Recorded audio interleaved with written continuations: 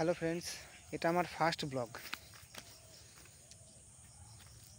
প্রথম ব্লগ আপনারা নিশ্চয়ই জানেন। আবার কেমন হয় আমার ঠিক অতটা ভালো হবে না।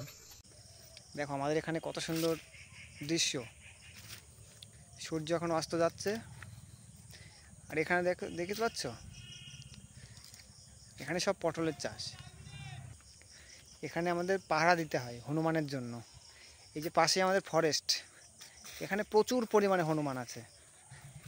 আর এখান থেকে এক মুহূর্তের জন্য এখান থেকে সরে গেলে, এই যে বড় বড় গাছে দেখতে পাচ্ছেন, এখানে ওরা সবাই উঠে বসে থাকে। এখন অবশ্য নেই। এখান থেকে যদি একটু সরে যাই তাহলে সব সাবার করে দেবে। 1 ঘন্টার মধ্যে পুরো শেষ পটলের জমি। শুধু পটল খাবে না, পটলের সাথে সাথে গাছের যে সমস্ত কচি কচি যে সমস্ত লতা পাতা, সেইগুলো সমস্ত কিছুই খেয়ে নেবে। আর শুধু খেয়ে নেবে না, ওরা নষ্ট করবে। ওই জন্য এখানে পাহারা দিতে হয়, একজন কেউ না কেউ থাকেই এখানে।